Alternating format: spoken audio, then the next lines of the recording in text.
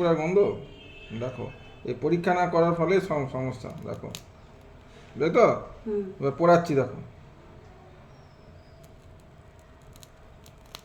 দেখো কেমন পুড়ছে, ফটফট ফটফট করে। ছাড়ো ছেড়ে দাও, ছেড়ে দাও, একটু সরিয়ে দাও, দেখো ধরে কিনা। দেখো এবার গন্ধটা শুঁকো। কি সত্যি কথা বলতে, তাহলে হাঁসের ডিম খাওয়ায় এক সলিড মুরগি। দেখো গন্ধটা শুঁকো। দাঁড়াও। পেয়েছি আমি। এবার আগুন লেগে যায় এখানে।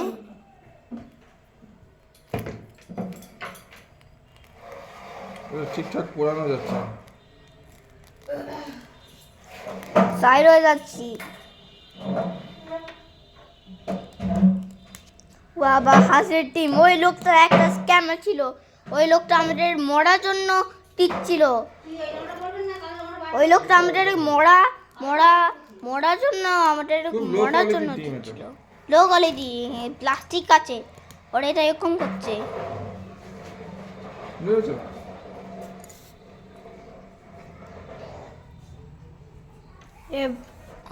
ভিডিও করছি তাহলে প্লাস্টিকটাকেও টিমের ভেতরে প্লাস্টিক আছে, ওটা দেখো তাহলে বুঝতে পারবে লোকগুলো।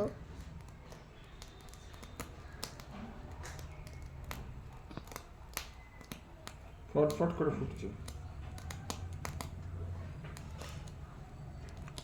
কিরকম ফটফট করে ফুটছে। আর একদম শুকে দেখি।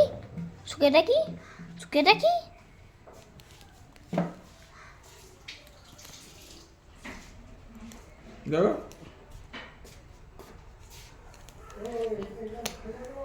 বাপরে কিরকম পম পম পম। ওরা আমরা এটা নর্মাল প্লাস্টিক দিয়ে কম্পেয়ার করব। এটা নর্মাল প্লাস্টিক। দেখেছো কিরকম ছেলেটার আইডিয়া, দেখেছো? হ্যাঁ, এবার ওদের কম্পেয়ার করবে নর্মাল প্লাস্টিক দিয়ে।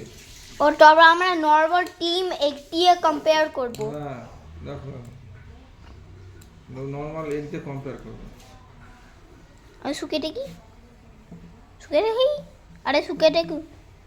ও বাবা, এটা অনেক প্লাস্টিকের মতন লাগছে। তোমার হয়েছে, সরো এবার। রাবারি দেখো, এখানে দেখো রাবারের মতো হয়ে গেছে। খুব বাজে কোয়ালিটির ডিম মনে হচ্ছে। বাজে কোয়ালিটির ডিম। পুরো ফেলে দাও আগুনে। ডিম তো এরকম পোড়ালে এরকম হবে না। চ্যালেঞ্জ করতে হবে।